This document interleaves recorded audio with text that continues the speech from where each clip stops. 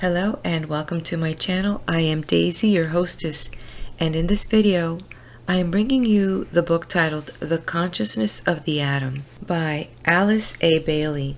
This is a recommended reading from the book titled Three Magic Words, which is here in the channel, and that was by U.S. Anderson, from the chapter titled Form, where he dedicated that chapter explaining the atom as the building block of the universe. And he went on to add that this universe was ever expanding and that it was alive. And therefore, in one of the biblical quotes, he stated Jesus saying that God is not a God of the dead, but a God of the living. And saying that Jesus came to reveal a basic truth of all creation, and it starts with something as simple as the atom. So with that introduction, I'm going to go ahead and jump into this book, but before I do so, a little background on Alice A. Bailey. And yes, this book is in the public domain. Alice Ann Latrobe Bateman, a 20th century spiritualist hailed as the mother of the New Age, was born on June 16, 1880 in Manchester, England. Her upper middle class background was religious and service oriented. She worked as an evangelist for the British Army in Ireland and India. In India, Alice met Walter Evans, whom she married and had 3 daughters with. They settled in the United States, and years later, after being in an abusive relationship, she divorced him. To support her daughters and herself, she took up work in a California sardine cannery and also began studying theosophical ideas, attending meetings, and studying Madame Blavatsky's The Secret Doctrine. She incorporated these new ideas along with Christianity, and before long, Alice began teaching classes in theosophy at the Lodge in Pacific Grove, California. Bailey used the term New Age in her books that some have described her as the founder of the New Age movement. During this period of her life, she met Foster Bailey, an American born in Massachusetts. They were married and relocated to New York City. With collaboration of Master Jwal Khul, who was the guide who dictated to her several of her books, also referred to as DK or the Tibetan, who provided the information telepathically. Such books were Initiation, Human and Solar, and Letters on Occult Meditation.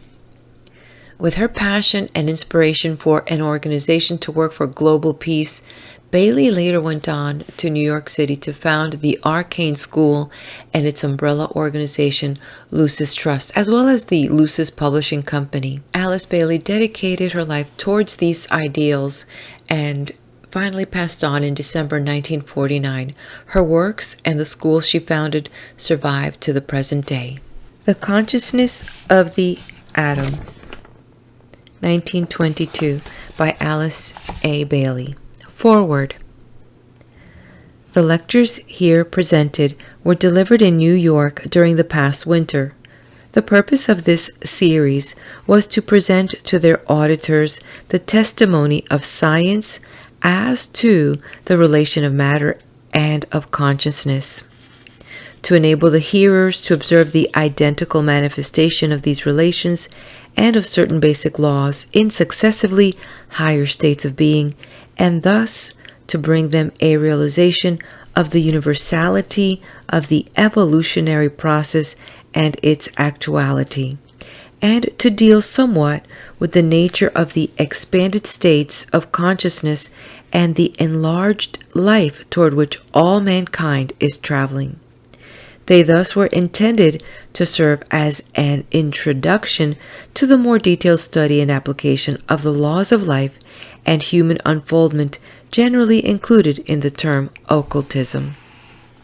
It will be observed that there is in this series a considerable amount of repetition, as each lecture briefly reviews the matters covered in the preceding addresses. As newcomers were present at each lecture in the series, it was found necessary on each occasion to present a bird's eye view of the ground covered and the reasons for the position then taken. A further advantage was found in the fixing in the minds of the hearers of certain of these basic concepts, which were new to many of them, and which helped to enable them to grasp and to receive readily the further expansion of the theme. In presenting the lectures in book form, it has been deemed advisable to retain the complete text of the lectures as given. Those who are already students of the esoteric wisdom will be able to follow the line of the argument of the lecturers without difficulty. For those, however, who for the first time approach the consideration of the matters here discussed, the occasional repetition of the fundamental points may help to a ready apprehension, and it is for this class of readers that the book is primarily intended. Alice A. Bailey, September 1922. Lecture 1. The Field of Evolution. There has probably never been a period in the history of thought entirely resembling the present. Thinkers everywhere are conscious of two things. First, that the region of mystery has never before been so clearly defined, and secondly, that region can be entered more easily than has hitherto been the case. It may therefore perhaps be induced to render up some of its secrets if investigators of all schools pursue their search with determination. The problems with which we are faced as we study the known facts of life and existence are susceptible of clearer definition than heretofore, and though we do not know the answer to our questions, though we have not as yet discovered the solution to our problems, though no panacea lies ready to our hand whereby we can remedy the world's ills, yet the very fact that we can define them, that we can point in the direction in which mystery lies, and that the light of science, of religion, and of philosophy has been shed upon vast tracts which were earlier considered lands of darkness, is a guarantee of success in the future. We know so much more than was the case 500 years ago, except in a few circles of wise men and mystics.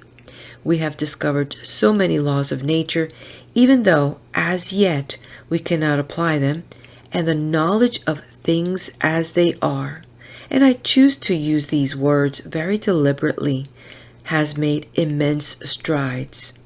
And nevertheless, the mystery land still remains to be opened up, and our problems are still numerous. There is the problem of our own particular life, whatever that may be. There is the problem of that which is largely termed as the not self, and which concerns our physical body, our environment, our circumstances, and our life conditions.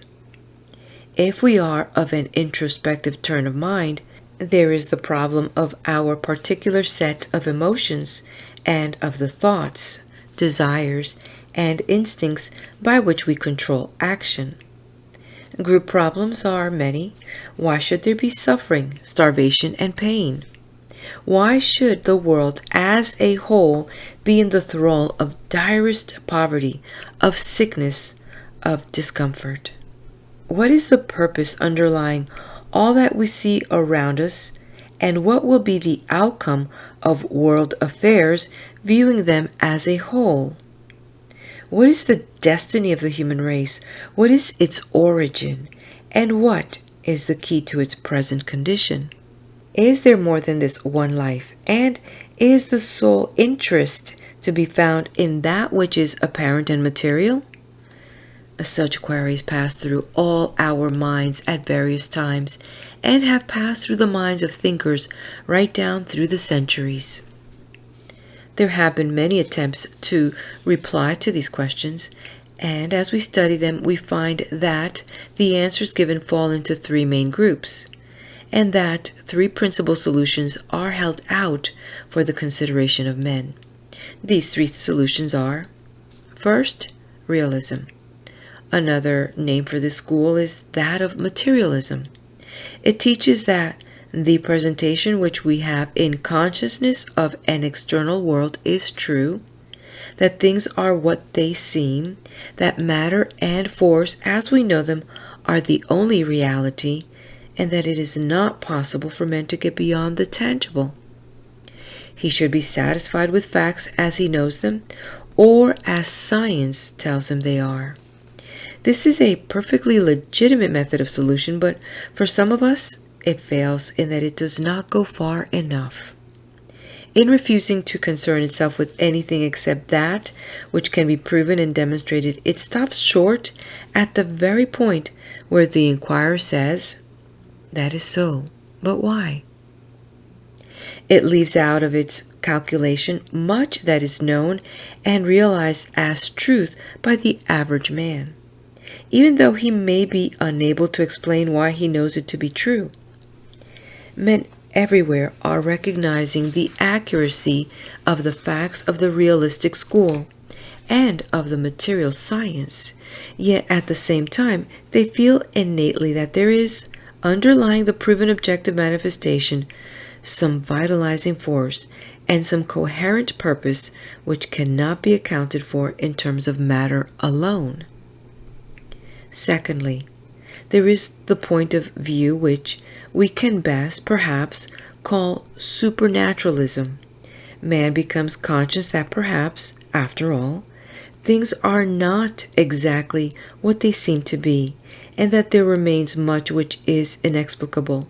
He awakens to the realization that he himself is not simply an accumulation of physical atoms, a material something, and a tangible body, but that latent within him is a consciousness, a power, and a psychic nature which link him to all other members of the human family, and to a power outside himself which he must perforce explain. This it is which has led, for instance, to the evolution of the Christian and Jewish point of view, which posits a God outside the solar system who created it but was himself extraneous to it. These systems of thought teach that the world has been evolved by a power or being who has built the solar system and who guides the world aright, keeping our little human life in the hollow of his hand, and sweetly ordering all things according to some hidden purpose which it is not possible for us, with our finite minds, to glimpse, still less to understand. This is the religious and supernatural point of view, and is based on the growing self-consciousness of the individual and in a recognition of his own divinity. Like the point of view of the realistic school, it embodies only a partial truth and needs to be complemented. The third line of thought we might call the idealistic. It posits an evolutionary process within all manifestation and identifies life with the cosmic process. It is the exact opposite of materialism and brings the supernatural deity, predicated by the religionist, into the position of a great entity or life, who is evolving through and by means of the universe, just as man is evolving consciousness through the medium of an objective physical body. In these three standpoints, the frankly materialistic, the purely supernatural, and the idealistic, you have the three main lines of thought which have been put forward as explanatory of the cosmic process. All of them are partial truths, yet none of them is complete without the others. All of them, when followed alone, lead into byways and into darkness, and leave the central mystery still unsolved. When synthesized, when brought together and blended, and when unified, they embody, perhaps I offer this simply as a suggestion, just as much of the evolutionary truth as it is possible for the human mind to grasp at the present stage of evolution. We are dealing with large problems and tampering perhaps with high and lofty things. we are trespassing into regions which are the recognized domain of metaphysics, and we are endeavoring to sum up in a few brief talks what all the libraries of the world are embodying. We are therefore attempting the impossible. All that we can do is to take up briefly and cursorily first one aspect of the truth and then another. All we can possibly accomplish is an outline of the basic lines of evolution, a study of their relationship to each other and to ourselves as conscious entities, and then an endeavor to blend and synthesize the little we can know until some general idea of the process as a whole becomes clearer. We have to remember in connection with every statement of truth that each is made from a particular point of view, until we have further developed our mental processes and until we are able to think in abstract terms as well as in concrete. It will not be possible for us fully to answer the question, what is the truth? Nor to express any aspect of that truth in a perfectly unbiased way. Some people have a wider horizon than others, and some can see the unity underlying the different aspects. Others are prone to think that their outlook and interpretation is the only one. I hope in these talks to broaden somewhat our point of view. I hope we shall come to the realization that the man who is only interested in the scientific aspect and who confines himself to the study of those manifestations which are purely material is just as much occupied with the study of the divine as is his frankly religious brother who only concerns himself with the spiritual side. And that the philosopher is, after all, occupied in emphasizing for us the very necessary aspect of the intelligence which links the matter aspect and the spiritual, and blends them into one coherent whole. Perhaps by the union of these three lines of science, religion, and philosophy, we may get a working knowledge of the truth as it is, remembering at the same time that truth lies within ourselves. No one man's expression of the truth is the whole expression, and the sole purpose of thought is to enable us to build constructively for ourselves and to work in mental matter. I should like to outline my plan this evening, to lay the groundwork for our future talks, and to touch upon the main lines of evolution. The line that is most apparent is necessarily that which deals with the evolution of substance, with the study of the atom and the nature of atomic matter. Next week, we will touch upon that. Science has much to tell us about the evolution of the atom and has wandered a long way during the past 50 years from the standpoint of the last century. Then the atom was regarded as an invisible unit of substance. Now it is looked upon as a center of energy or electric force.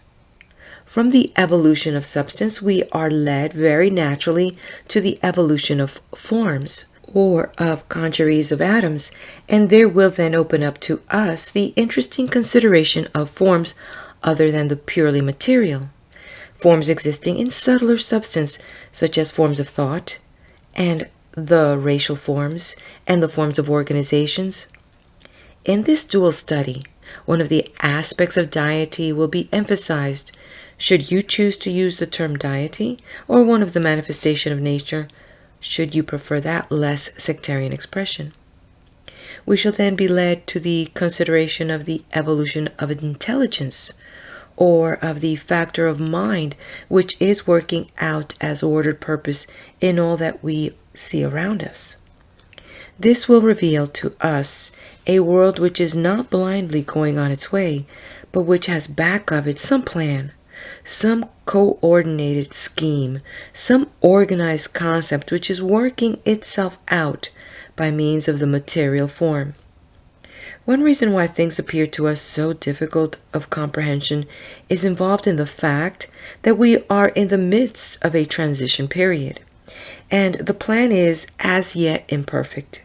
We are too close to the machinery, being ourselves an integral part of the whole. We see a little bit of it here and another little bit of it there, but the whole grandeur of the idea is not apparent to us. We may have a vision, we may have a high moment of revelation, but when we contact the reality on every side, we question the possibility of the ideal materializing. For the intelligent relationship between the form and that which utilizes it seems so far from adjustment. The recognition of the factor of the intelligence will inevitably lead us to the contemplation of the evolution of consciousness in its many forms, ranging all the way from those types of consciousness which we consider subhuman through the human up to what may be logically posited, even if it may not be demonstrated, to be superhuman consciousness. The next question which will face us will be, what lies back of all these factors? Is there, behind the objective form and its animated intelligence, an evolution which corresponds to the I faculty, to the ego in man? Is there in nature and in all that we see around us the working out of the purpose of an individualized self-conscious being? If there is such a being and such a fundamental existence, we should be able to see somewhat his intelligent activities and to watch his plans working towards fruition. Even if we cannot prove that God is and that the deity exists, it may be possible to say, at least, that the hypothesis that he exists is a reasonable one, a rational suggestion, and a possible solution of all the mysteries we see around us. But to do that, it has to be demonstrated that there is in an intelligent purpose working through forms of every kind, through races and nations, and through all that we see manifesting in modern civilization. The steps that purpose has taken and the gradual growth of the plan will have to be demonstrated, and from that demonstration we shall perhaps be able to see what lies ahead for us in the coming stages.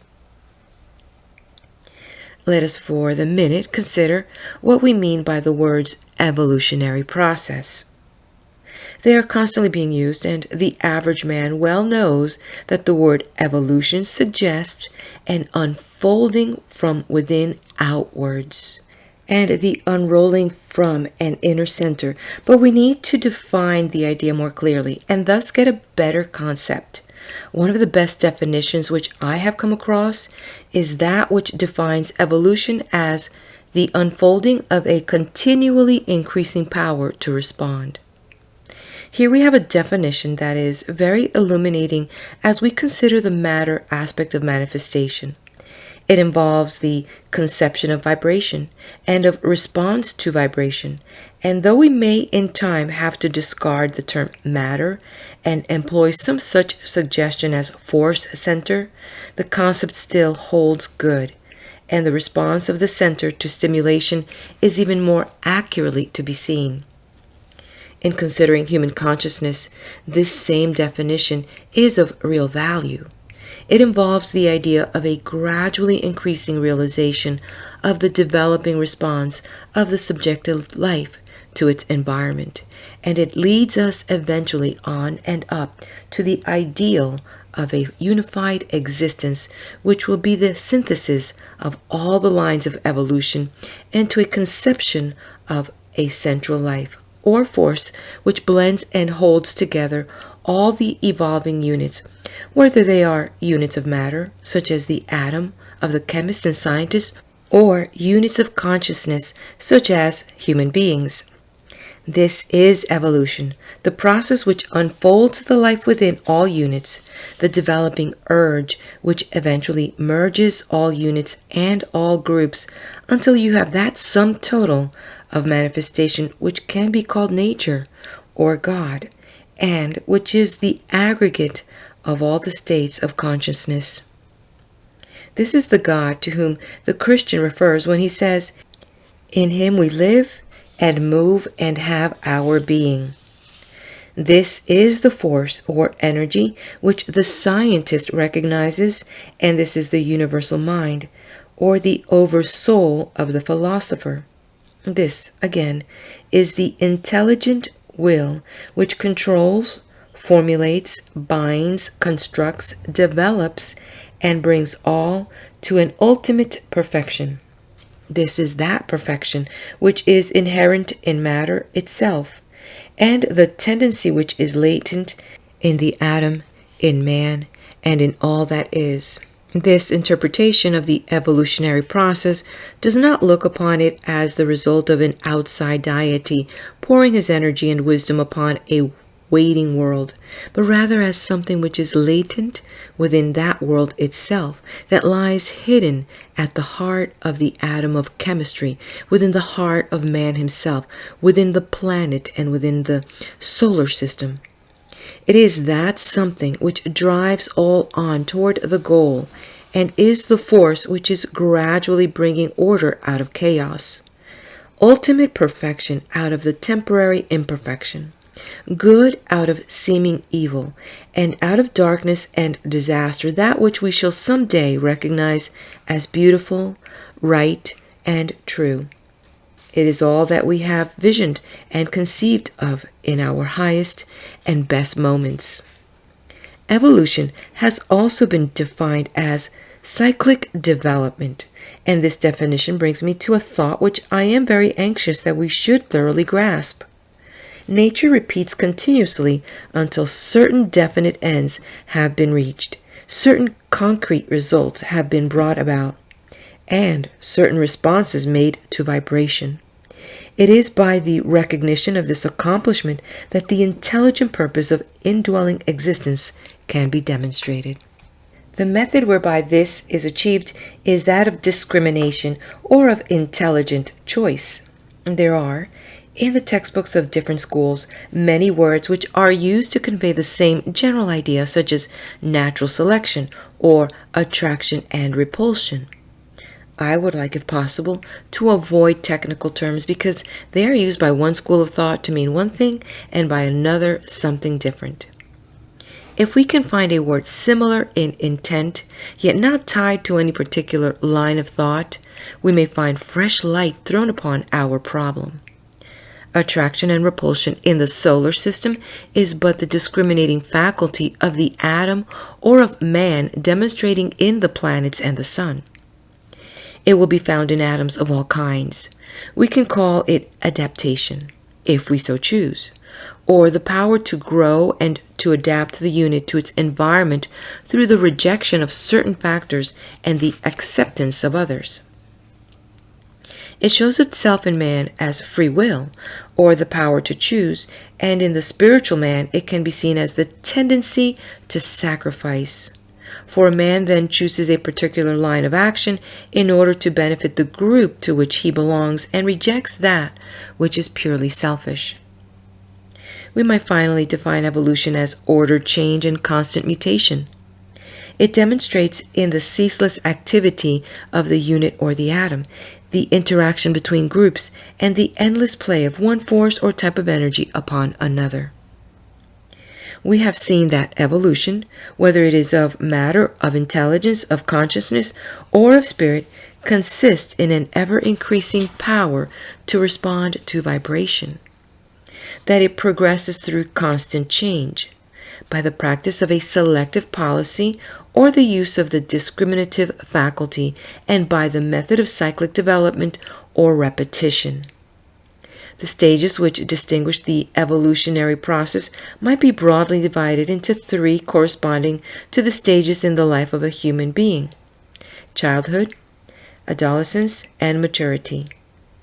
Where man is concerned, these stages can be traced in the human unit or in the race, and as the civilization pass on and increase, it should surely become possible to trace the same threefold idea in the human family as a whole, and thus ascertain the divine objective through the study of his image or reflection, man.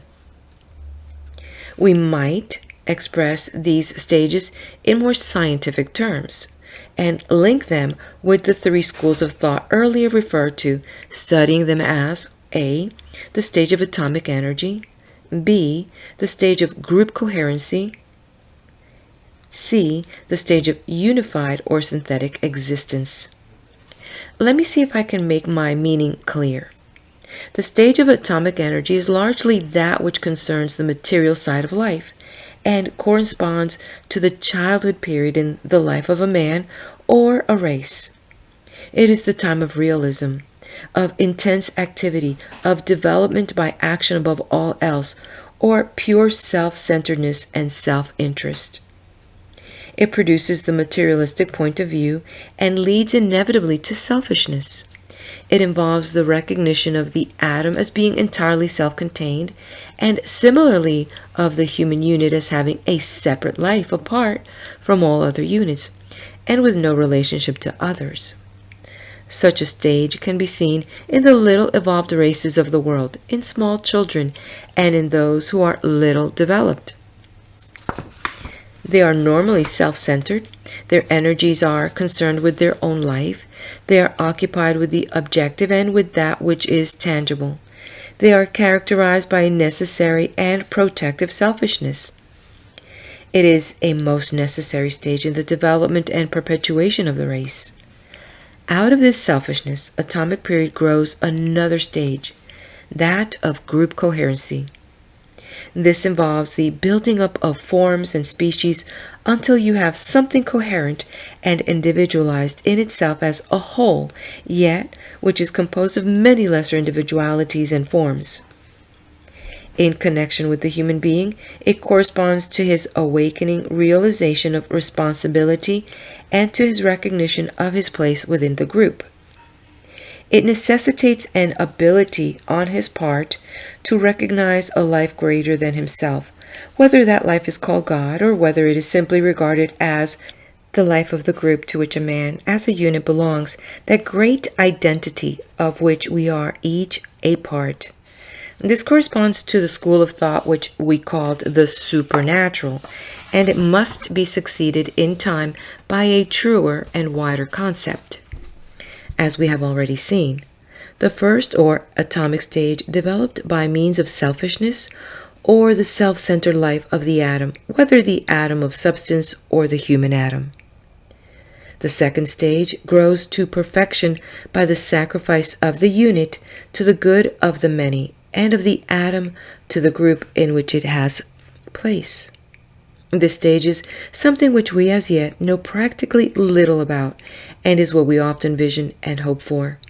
The third stage lies a long way ahead and may be considered by many a vain chimera, but some of us have a vision, which, even if unattainable at present, is logically possible if our premise are correct and our foundation is rightly laid. It is that of unified existence. Not only will there be the separate units of consciousness, not only the differentiated atoms within the form, not only will there be the group made up of multiplicity of identities, but we shall have the aggregate of all forms, of all groups, and of all states of consciousness blended, unified, and synthesized into a perfect whole. This whole you may call the solar system, you may call it nature, or you may call it God. Names matter not. It corresponds to the adult stage in the human being. It is analogous to the period of maturity and to that stage wherein a man is supposed to have a definite purpose and life work, and a clear-cut plan in view, which he is working out by the aid of his intelligence. In these talks, I should like, if I can, to show that something like this is going on in the solar system, in the planet, in the human family, and in the atom. I trust that we can prove that there is an intelligence underlying all, and that from separation will come union, produced through blending and merging into group formation, and that eventually from the many groups will be seen emerging the one perfect, fully conscious whole composed of myriads of separate identities animated by one purpose and one will. If this is so, what is the next practical step ahead for those who come to this realization? How can we make practical application of this ideal to our own lives and ascertain our immediate duty so that we may participate in and consciously further the plan?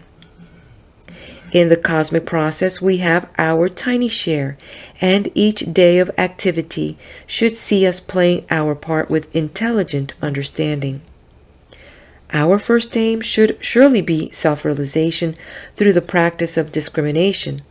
We must learn to think clearly for ourselves, to formulate our own thoughts, and to manipulate our own mental processes. We must learn to know what we think and why we think it, to find out the meaning of group consciousness through the study of the law of sacrifice. Not only must we find ourselves through the primary childish stage of selfishness, and surely that should lie behind us. Not only should we learn to distinguish between the real and the unreal through the practice of discrimination, but we should endeavor to pass on from that to something very much better. For us, the immediate goal should be to find the group to which we may belong. We do not belong to all groups, nor can we consciously realize our place in the one great body. But we can find some group in which we have our place, some body of people with whom we can cooperate and work, some brother or brothers whom we can succor and assist. It really involves the conscious contacting of the ideal of brotherhood, and until we have evolved to the stage where our concept is universal, it means finding the particular set of brothers whom we can love and help by means of the law of sacrifice and by the transmutation of selfishness into loving service. Thus we can cooperate in the general purpose and participate in the mission of the group. End of the first lecture of 7 from The Consciousness of the Atom by Alice Bailey. I will be waiting for you at the next video with the second lecture. Make sure to hit that like button. Thank you so much for joining me, and let's head over to the next video so we can learn more about the evolution of substance in lecture 2.